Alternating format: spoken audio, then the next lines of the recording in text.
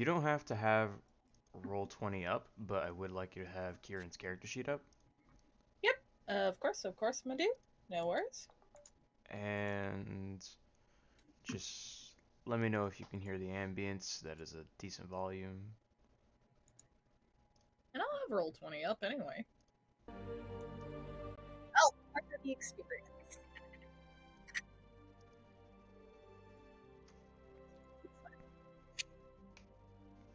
Because it's literally just going to be a still image. That's fine. I like still image. That works. Sets the mood.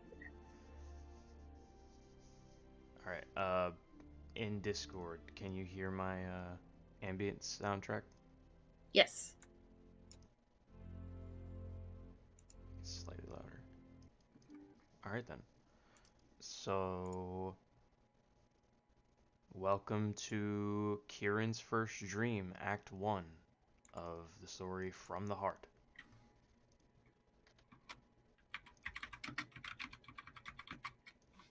Pull up the everything, and then yeah.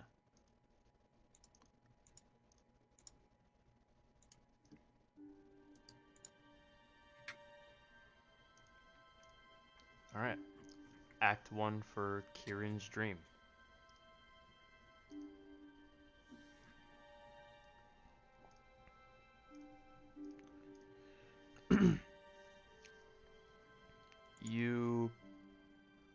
You currently have, you're sifting alone through the void of space, flying past distant stars, soaking in raw radioactive energy, and you can feel it invigorating you, giving you a drive to seek out more. The vast, the ephemeral, the beautiful and unique. You could see a constellation in the far, far distance. Two lights at the top, one a few inches from the bottom left, and then two more directly beneath the first two. Bow, you think. With a pen and paper given to you by your elven tribe, you weave the story of a hero. A man with the body of a horse and the head and torso of a human, wielding a massive bow to align the stars. The comets that fly past you being his arrows. You are in awe of the space around you. The colors strike your eyes like a child discovering the sun for the first time. You look about for more to capture, perhaps even a substance to mold your depiction of the Star Shooter. Give me a perception check. Okay, I'll do.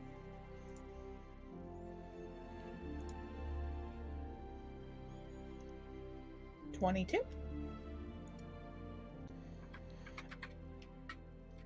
You can see chunks of floating ice. You think with some effort and a heat source, you can sculpt it with your knife. And you begin to follow a trail of space debris leading to a floating glacier. You pick some ice off the trail of this floating mountain before you. And you have a desire to capture what it is you see.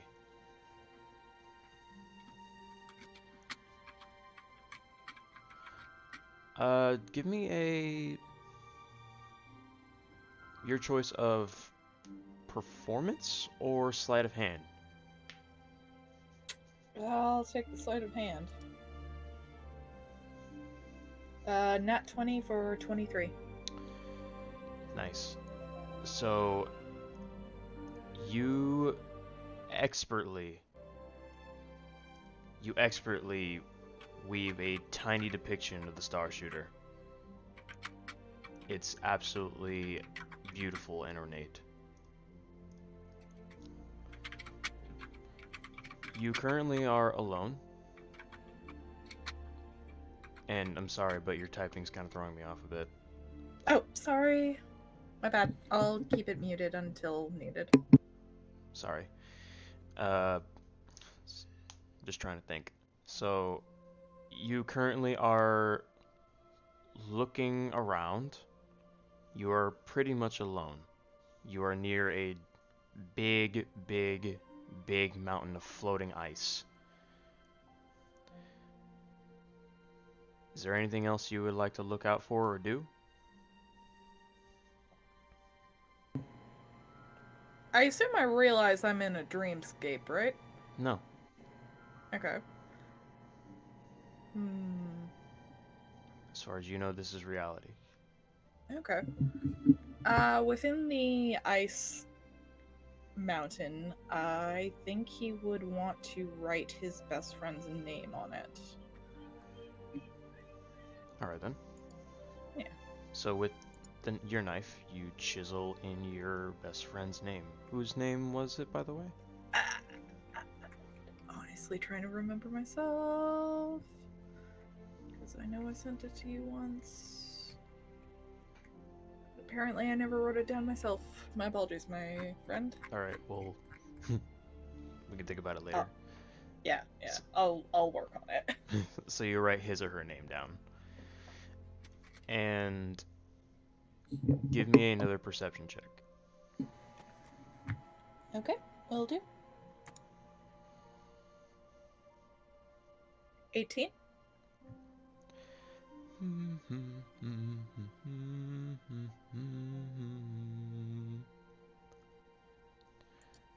You think, what is that sound? You believe you hear the sound of someone humming.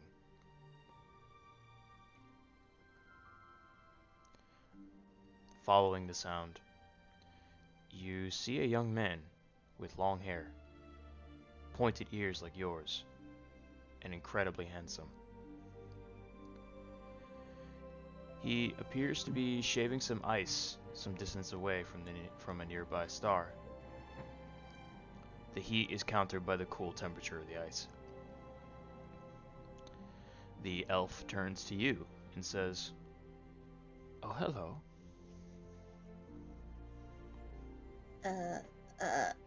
Hi. Beautiful scenery, isn't it? It is very, very pretty. Yes.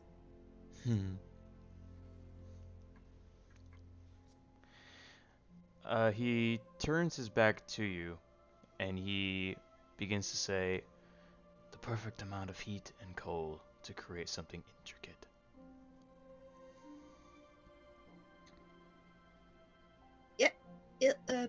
Yes. It's really fun being able to make things. He asks you a question politely while chiseling the bicep of his own sculpture. "And who might you be, dear traveler?" I'm Kieran. Kieran Maya. "Kieran. That's a charming name." Thank you.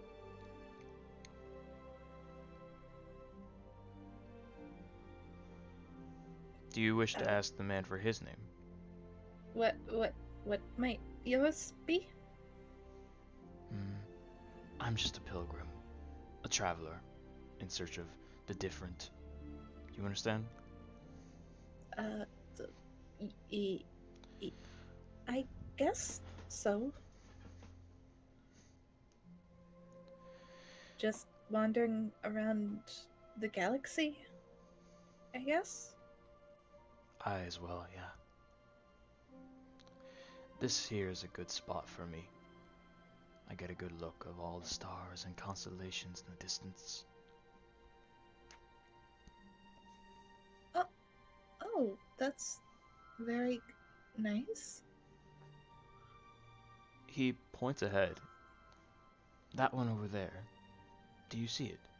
he says, pointing to the constellation of the star shooter you both saw. Oh, yes. I made a sculpture of it.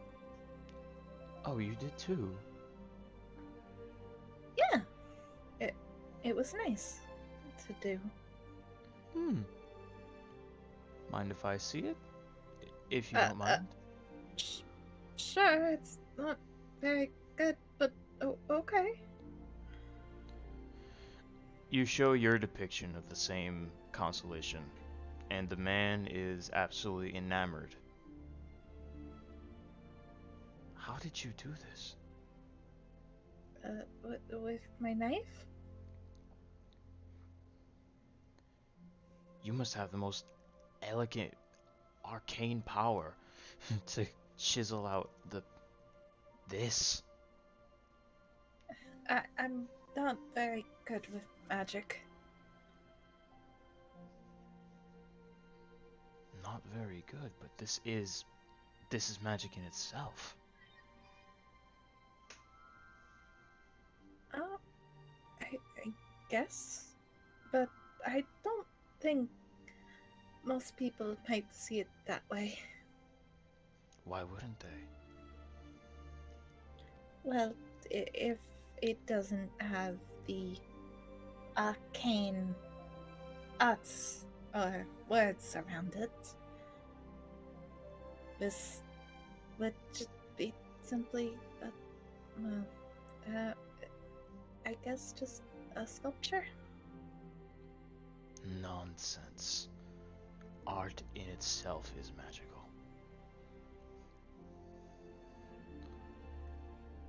Well, thank, thank you for the compliment. He politely hands back your own sculpture to you, your own miniature. Hey, I have been trying to capture his elegance for so long, yet something just never seems quite right. I don't know why. Pilgrim taps his temples and begins to ponder on what to do next. well, a lot of the time, whenever someone needs to draw or sculpt or anything like that, sometimes it helps to just look at it from a different angle.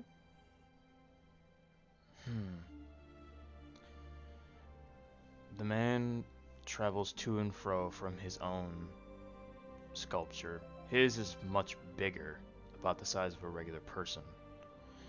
But Okay. he tries looking at it from your point of view and just rubs his temples together. I can't do that.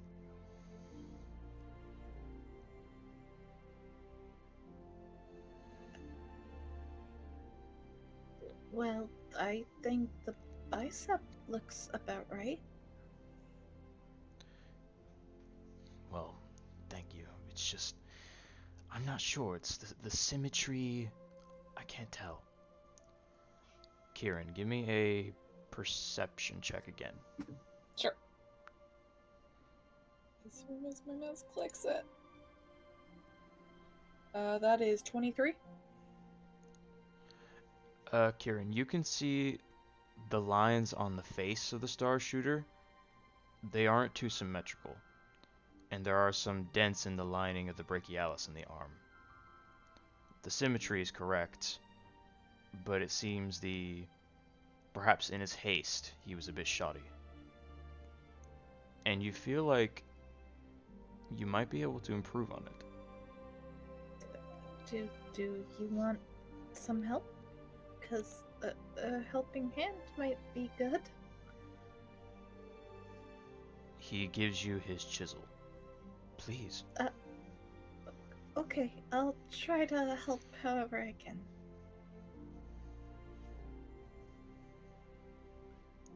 Alright, what would you like, Kabi? Same as last time, sleight of hand. Okay. With advantage.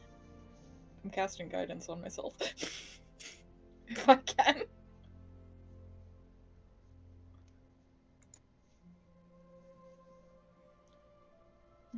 Okay, that is that. Oh yeah, we're definitely taking the other number. And if I did get my guidance...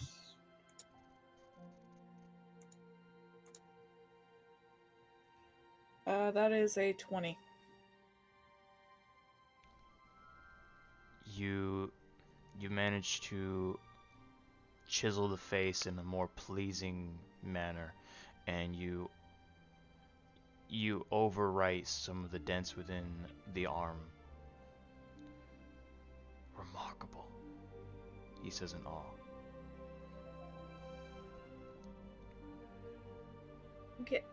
Getting a helping hand sometimes is all you need, really.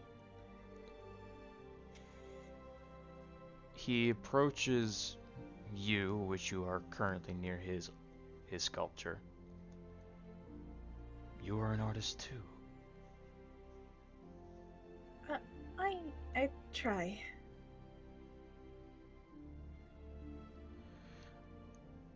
You have such skill.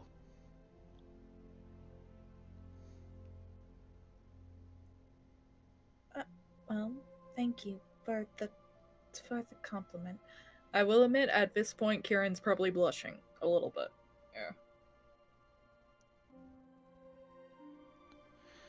The man looks, or the elf, same thing.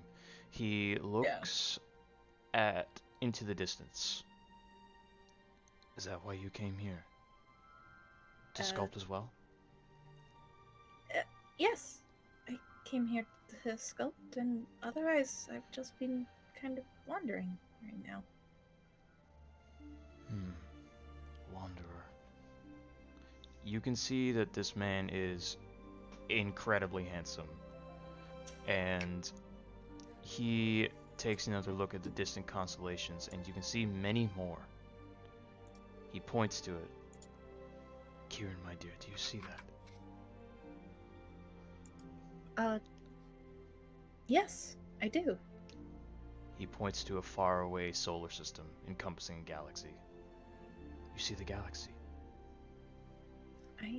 I believe I do. For so long I have believed. I believe that things aren't simply what they appear to be. That there's a more innate truth than just their dimensions, just their appearance. Do you believe that too?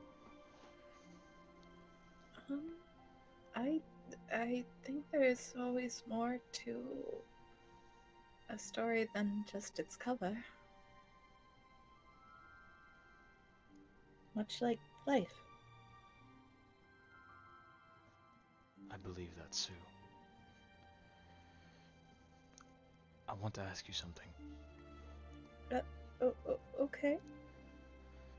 That galaxy over there with the solar system. Do you see its potential? What it could be, what it represents, what it is symbolically? Like a beat. Sorry.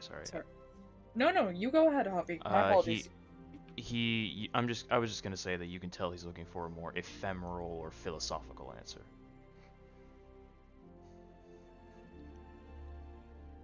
Well, it's like a beating heart.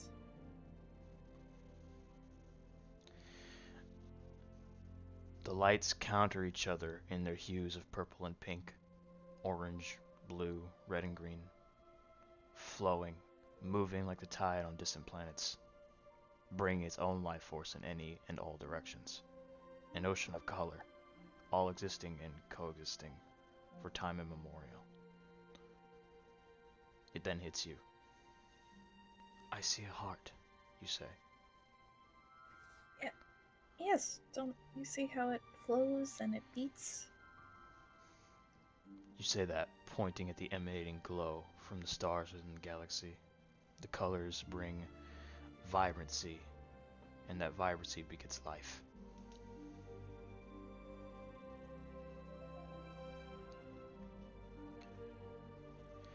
The pilgrim stands there, and you can see how his eyes widen,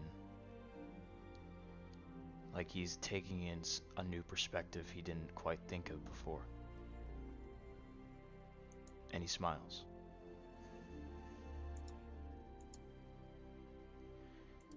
Kieran, my dear. Yes? My name is Corlon Laurenthian. Please walk with me a while. Okay. You walk through the channels of space with this elf, Corlon. He speaks to you about the stardust you both inhale and the cool water gently hitting your skin. Invigorating, isn't it? Yes, it is. Every day, I like to take walks across the currents of energy that emanate throughout these planes.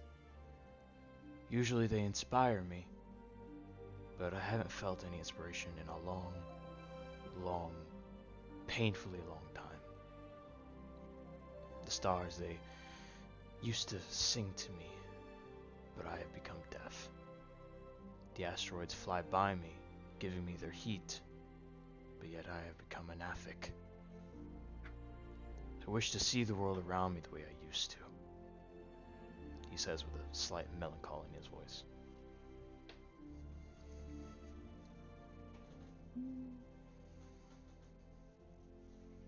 Then maybe it's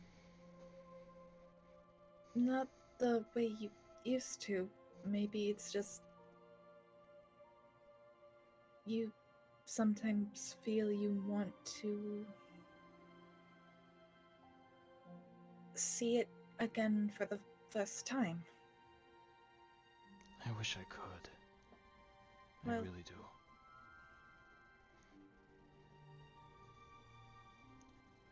but Sorry, you first. oh, thank you. Sorry. But you are still experiencing all those feelings within your days. You're still able to experience the small little joys because they might end up surprising you one day. So even if it feels all the same, it might one day surprise you. He lifts his mild frown a bit. Do you ever feel that way too, Kieran? Empty inside, like how music and flavor has lost the meaning it once had? I have before, and it nearly made me lose my voice.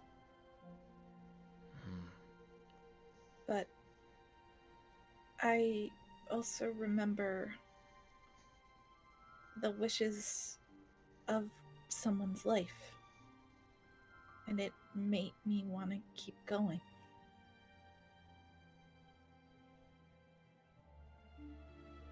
I wanted to help carry on their life and their spirit.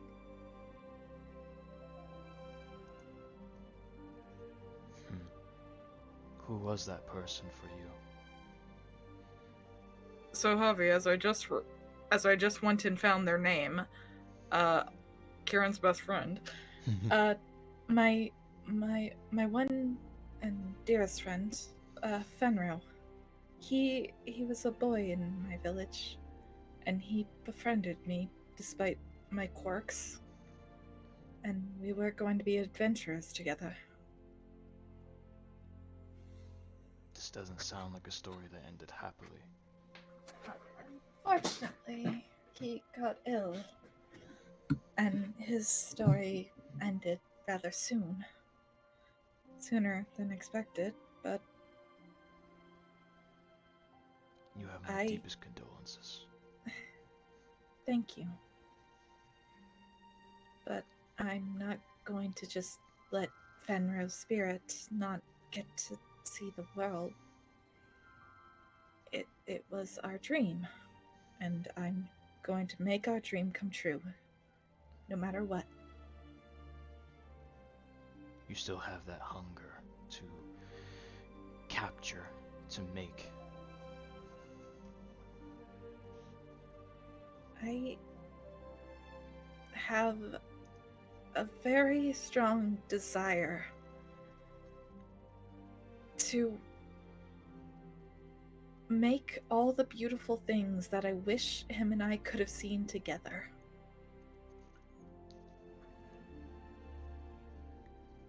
You sound a lot like how I used to. So ready to capture the art within the mundane, or what was labeled mundane by others.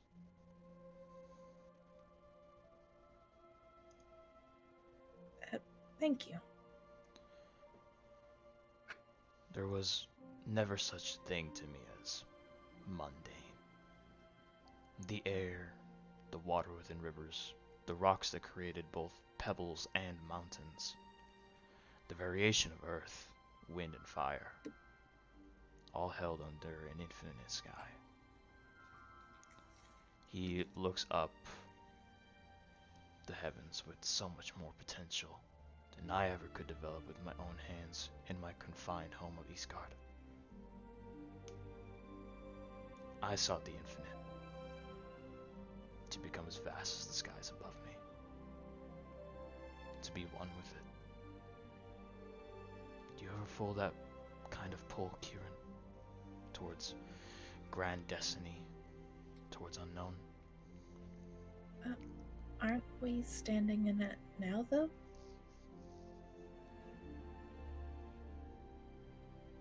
Not quite. We're standing in the infinite, though. We might... Our galaxy is ever expanding, don't you think? Ever changing. Everything is moving and growing. Things do grow, but I have not, and it concerns me.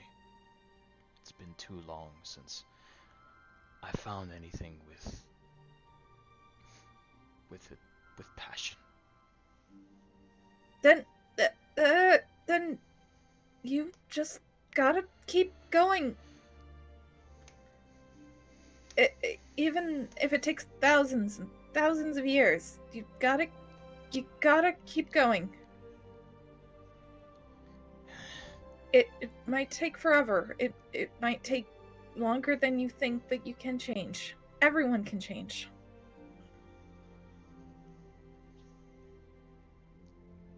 I want to, and I shall continue to try.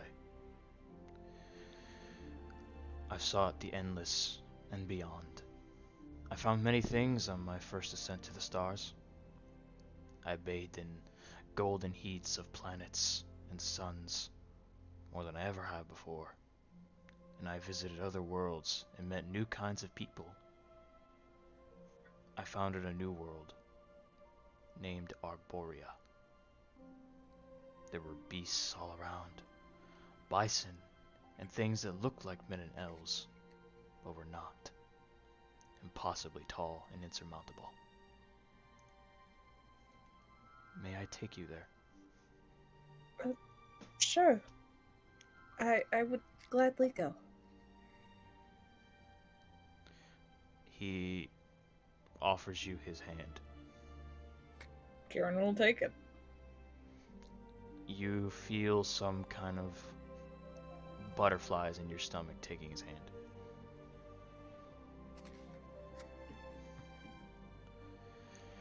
As you both walk through the space stream, the environment changes from the somber pink and vibrant reds of the surrounding nebula into the lush green woods of Arborea.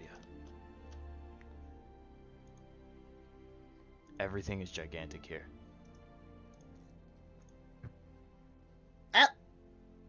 I will admit I feel a bit small here, but that's normal at this point.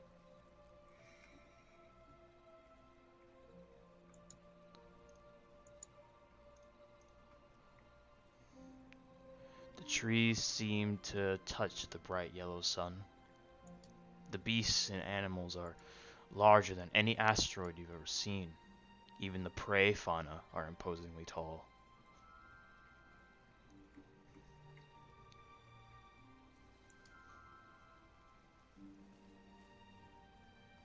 Oh, okay. This is a very lovely place.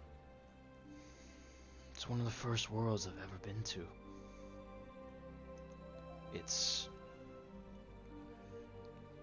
It once was frightening,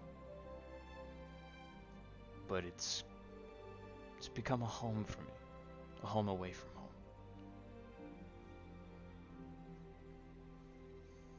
home. Oh, well, that's good to have.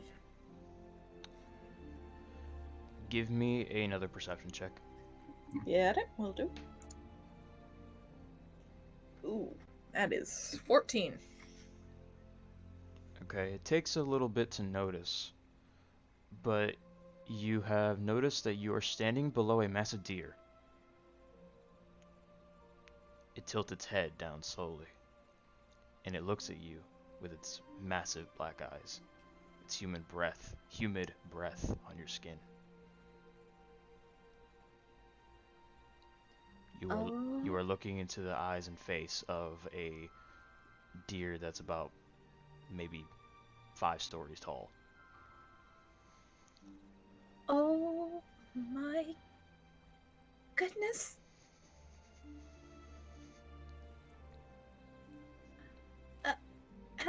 Hello, dear?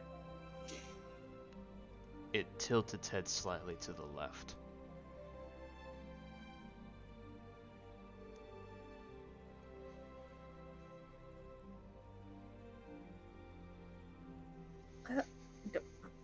Well, oh my gosh. I need to draw you so much. You're so pretty. It then lifts its head and it turns back and starts consuming the leaves of a giant bush near it.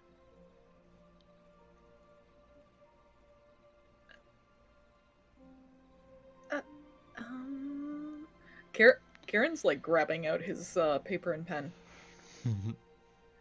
You. Corlon, we should. Corlon, we should draw it while they're taking a moment to pose, don't you think? I think I know of a better point of view. What? Corlon lifts a small bush for you and him to pass through. Oh, okay, sure. Kieran, what you see is both terrifying and impossibly beautiful. The sunrise over a field of gigantic beasts. Bison grazing, giraffes with heads puncturing the clouds. Corlon points to the clouds above, as you are in absolute amazement over the scenery. Oh, this is perfect! I love it! If I hadn't made my point clear already, I hope you can understand why I needed to be here. Oh, this place would be perfect to draw all day, all night. Even the flowers are gigantic, and the pollen that flies and emanates from them.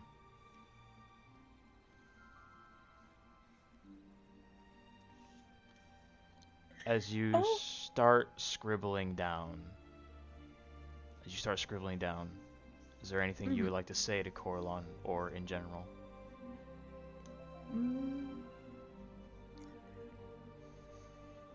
Thank you for letting me see this. I truly appreciate it. He smiles warmly, and you feel shivers. He then speaks. Look, above. Kieran, you see a massive white raven descending from the sky, and it lands nearby the both of you. Oh my gosh. What a pretty bird!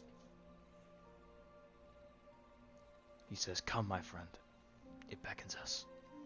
Oh, okay, sure. He takes your hand once more and approaches the side of the gigantic bird. You sit and grasp at the bird's feathers and to Corlon's waist as he does the same. Okay. The raven flaps its mighty wings, and the vegetation is subjected to its power. Some branches break, others bend, as you both soar up high in the sky. You are nearly paralyzed with fear at the quick rising of the raven, but Corlon gives you kind words of encouragement. Weather the storm and accept a new dawn, he says. I'm accepting the new dawn. I'm just also a little terrified at how high we are. Give me a dex check. Yeah, will do. That is a 13. As you're scared at the idea of falling, you manage to find some feathers of the raven you can grab onto. And as you're thinking, don't fall, don't fall, don't fall, your flight speed then steadies. You find you're above the clouds now, flying steadily with this impossibly beautiful elfin man.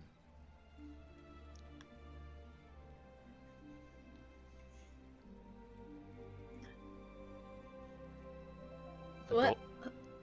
What? Sorry. Well, this is just honestly lovely. Now that I've gotten a little more used to it. I'm glad, he says. The golden sun accepts you, and its heat you find refreshing. You can see the ponds where animals gather for drinks, and various hills and streams that follow below you. You feel safe, actually, and happy here.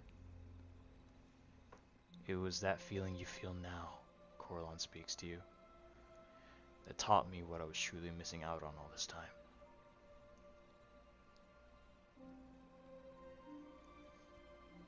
Oh. Well, from a person who's just learning,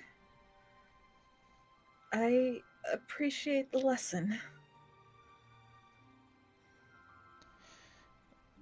With the words of a poet and the majesty of a lion across the light of the setting sun, Corlon's beauty hits you, Kieran, and your heart thumps with an extra beat.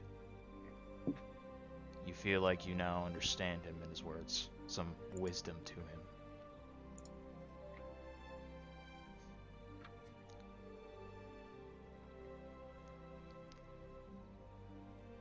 You say, I understand now, Corlon. I do. You say with the words floating off your lips like air. Oh, okay. Is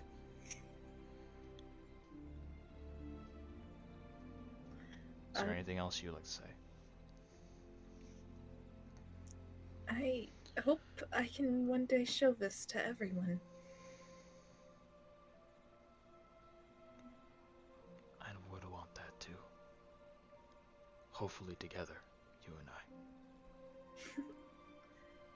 Yes. I hope that as well.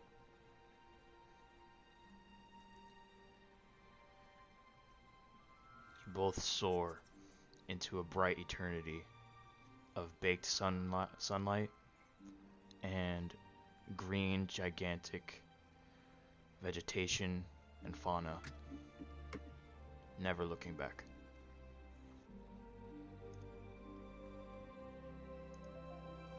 And that is Dream 1. Hey! I'm sorry, the fucking meme summarizes this goddamn dream. It summarizes it, Javi, and you know it! It's what? The memes I put in have summarized this dream. Oh my god.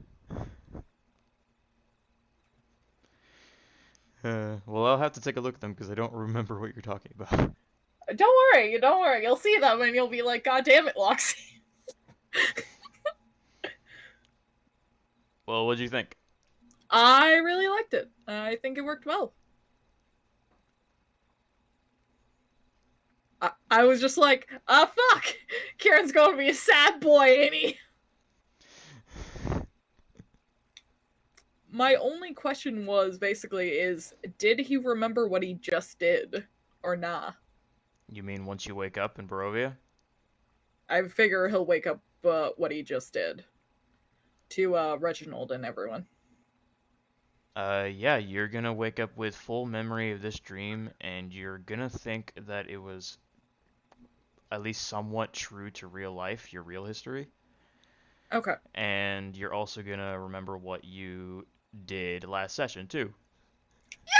Yay! Trauma! Alright. Sounds good. Yeah. Yeah. I'm gonna have to spill all the tea to Kit and be like, Kit, the tea has happened. So yeah.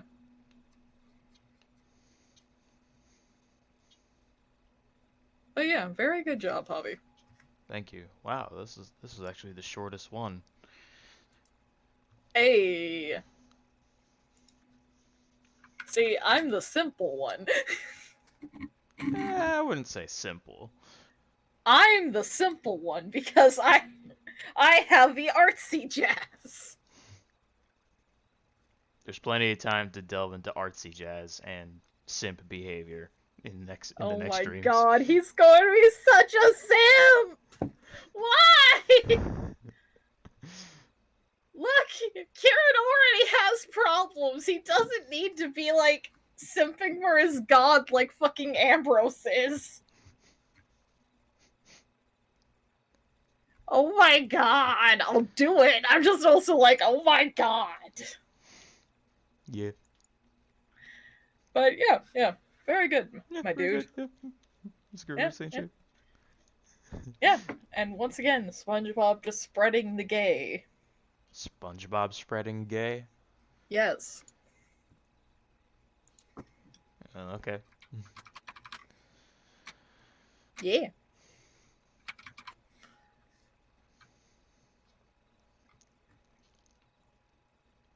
All right. Well, I'm glad you liked it. Also, did you notice the I slightly updated some of the rules for Rule 1 for you?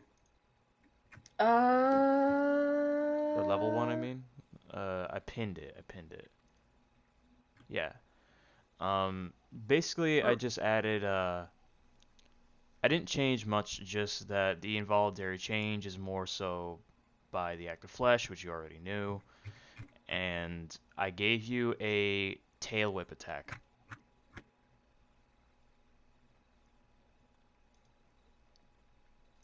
Where did we have that? I pinned it in our DMs. Oh, okay. See, I did not notice because apparently my brain doesn't go look. But okay, tail whip attack will be fine. We'll see how well that works overall. It's a 10-foot thing that you could roll a d6 plus your strength mod. Okay. And it's up to 10 feet to creatures behind you. So that means you can also turn around as an attack. Okay. What were the... I mean, technically you can turn around in an attack no matter what anyway. As long as they're within the 5-foot range. Yeah, but with the turning around would be an attack in itself, I mean. Okay. Because, like, that almost makes me think of the whole cleaving rules that I introduced in my campaign. What are cleaving rules? Oh, okay. So, cleaving. It lets melee people with a generally longer range weapon have a bit more of an attack advantage. So, for example, let's say there were 3 targets facing the player within a 5-foot range, right? And what they can do is burn up their attack action and cleave. And it lets them try to hit multiple targets. Oh, okay. Yeah. So yeah, same idea, just with your tail. Okay, that is going to be cool. I Uh, don't know when Kieran's going to want to use that raptor form, considering the first instance of it, but we'll see. yeah, we will see. There will be tons of opportunity where it will help instead of hurt. Yeah, yeah. Reminder that so you're gonna get these new dreams, these expansions to the story, by Mm-hmm. completing the milestones in any Okay. order. And the milestones are willingly consume a helpless NPC. So something Kieran actively chooses, not something he's compelled to. Mm-hmm. Kill an alpha lycanthrope. Okay. Desecrate 5 corpses in one day. And slaughter 3 innocents. Ooh, that last one.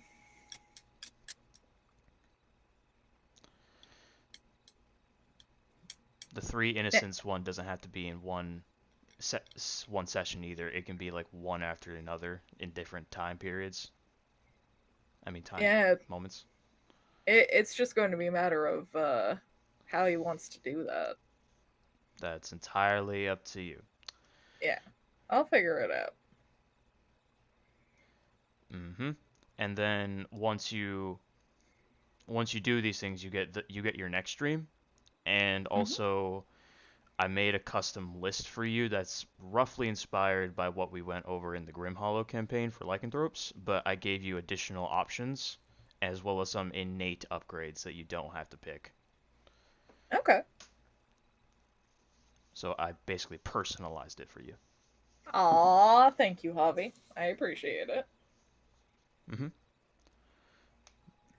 And Okay. then yeah, Yeah, more than workable, my dude. the more of I a shall. monster you become, the more of a simp Kieran becomes. Oh my god! The duality of man. Ah! He'll look. He'll become such a monster, but he's also going to be like, "Yeah, I'm a simp." Let's be real. I'm dropping like $4,000 on this Coralon statue. Party's like, but it's only like 2 feet. Did Coralon. did you expect it to be Corlon when I introduced the Pilgrim? Not fully. Honestly, I was going to expect you pulling out his old friend for a second. Because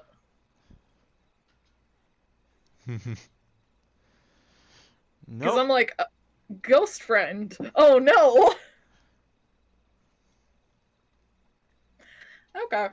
Well, the reason why is because since not even you could remember your friend's name, you didn't give me much to go off of. I So, mean, but I had a mountain of D&D lore to go off for Corlon. that's fair. I gave Kieran a basic ass backstory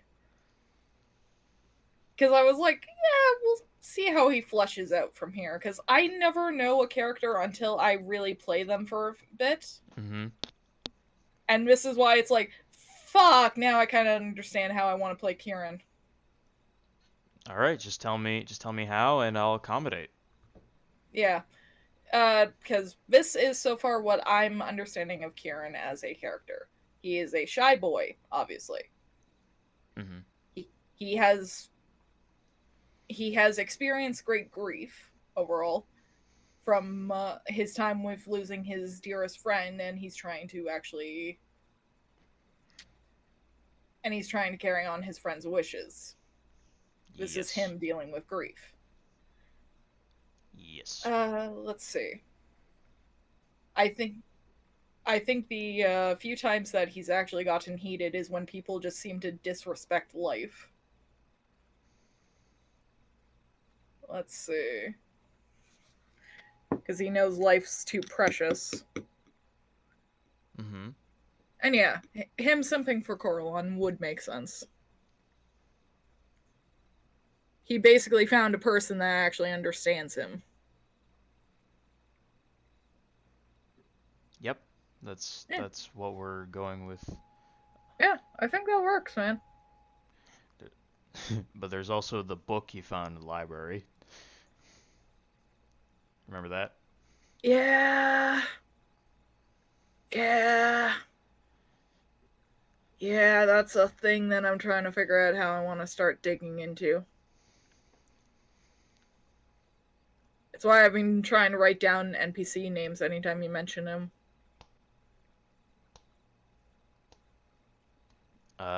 So far, really the only one that may be important to you specifically is Casimir, but he's not till like at least maybe another session or 2 or 3 from now. Yeah.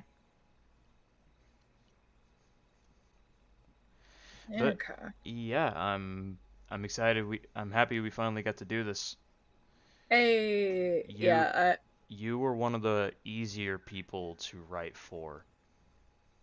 yeah, I'm just the one with the weirder schedule because I'm normally busy a lot of the time. I remember writing like Act 1, 2, and 3 for you all in one night in like less than 2 hours. Well, yeah, Kieran's an easy character to write for. He is literally the struggling artist archetype. And so is Corlon. Yeah. So, that's actually fairly easy to write for, which is good. Because, like, no need for super complication. Because But I swear to fuck, if you introduce the Mafia, I'm going to get stabby, Javi. Mafia? Somehow. I don't know how. I don't know when. But if you somehow introduce the goddamn Mafia into, like, this campaign, I'm going to get stabby. Not exactly. That's fair, but also stabbing. That type of deal. Okay. The only thing I can maybe say without any spoilers is that in my Curse of Strahd, there is overt darkness and death, but maybe not always overt evil. Yeah. Yeah, I figure Curse of Strahd, at least for yours, is walking the morally gray line. Somewhat. Maybe not for everyone, but somewhat. Yeah. Not too bad overall. I just like how Kieran nearly pissed off Strahd enough. I'm like, let's go!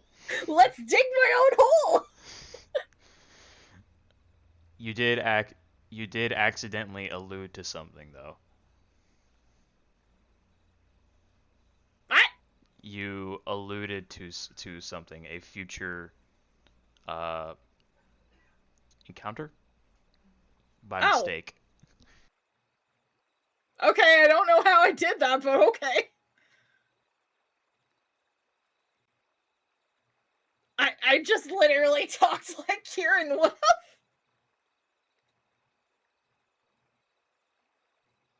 Yeah, and you being you, I was able to.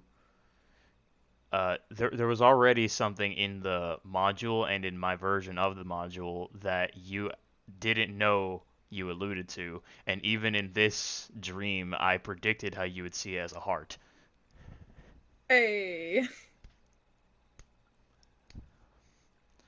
I mean, you literally called it the heart, so I'm like... I did? Alright. Did I say that before you did? Yeah. Oh, I did? Oh. Yeah! That's why I was like... Okay, never mind then. Alright. Bobby said the heart, so I didn't notice I said that. I'm going... Check your own recording, damn it! You'll Okay. hear it! Well, it still worked. It still fucking worked! Like, you fucking nerd! Yeah, a little bit. See, now I'm going to make the jokes that we're all Captain Planet people. No, just you. Wow. Wow. Wow. Yeah, just you. Wow. I see how it is. Yeah. I see how it fucking is. Oh. All right. Well, Yeah. I gotta go now. Yeah. It was a great time hanging out with you. All right. Bye for now, Javi. Bye bye, Lux.